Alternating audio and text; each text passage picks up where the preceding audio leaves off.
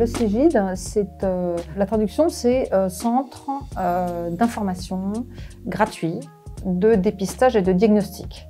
Alors avant, c'était des CDAG, et qui en 2016 se sont transformés en CEGID. Alors CDAG, c'était facile, c'était un centre de diagnostic et d'information et de dépistage gratuit, donc c'était assez simple, on dépistait le VIH et les hépatites. Et en 2016, on a un petit peu élargi l'offre de soins, puisque c'est devenu plus un centre, on va dire, même de santé sexuelle, c'est-à-dire qu'on fait le dépistage toujours du VIH, des hépatites, de la syphilis, mais également des autres IST, chlamydia, gonocoque. On fait également de la vaccination, donc hépatite, si les gens ne sont pas vaccinés, même contre l'HPV, des vaccinations. On donne également de la contraception d'urgence pour les jeunes filles. Et on assure également la PrEP. Alors la PrEP, c'est la prophylaxie pré-exposition.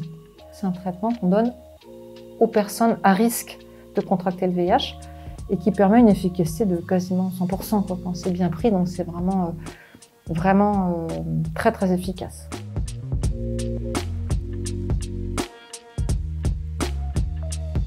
La personne rentre, elle m'explique pourquoi elle vient, je l'inscris et elle voit le médecin après. Et après, elle fait la prise de sang. Les résultats, ils les ont le mercredi ou le jeudi suivant.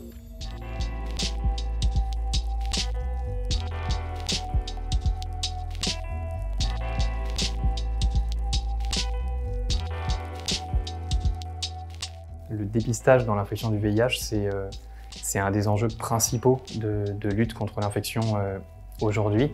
L'instauration d'un traitement précoce a un impact direct sur le pronostic et l'évolution de leur maladie.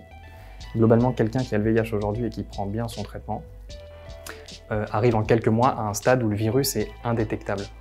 Et indétectable dans le sang. C'est-à-dire qu'il ne fait plus rien dans le sang. Et donc, il n'attaque plus la personne, il n'attaque plus son système immunitaire. Et puis comme il n'y a plus de virus détectable dans le sang, il n'y en a pas non plus dans les sécrétions, et donc il n'est pas contagieux.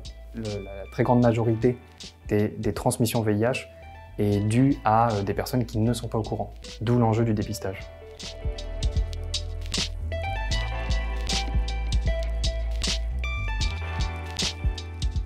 Un des très gros poids de cette maladie aujourd'hui, c'est un poids social.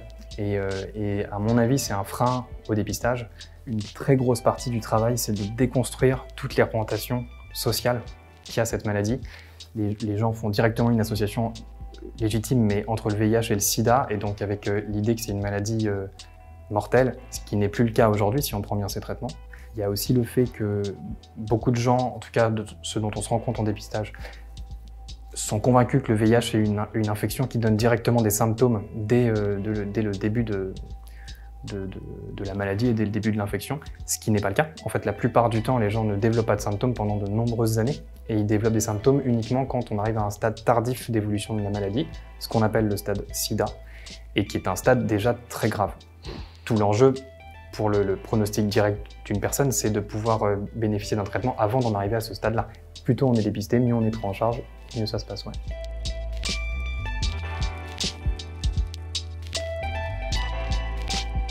Il y a aussi d'autres IST qui ont des conséquences, elles aussi potentiellement dramatiques quand elles ne sont pas prises en charge. Un des exemples typiques, c'est le chlamydia. Le chlamydia qui est globalement asymptomatique une fois sur deux et qui a des risques de stérilité chez la femme quand il n'est pas traité, alors que ça se traite très facilement le chlamydia. Pour donner un exemple, nous dans notre CEGID, on a un taux de dépistage positif de chlamydia d'à peu près 18% chez les femmes de moins de 25 ans et d'à peu près, de mémoire, 13% chez les hommes de moins de 35 ans. Donc c'est des taux énormes. À peu près, on a 3500 consultations annuelles. On a un circuit où il voit le médecin 2 fois. Il voit une première fois où le médecin évalue un petit peu les besoins, les risques, etc.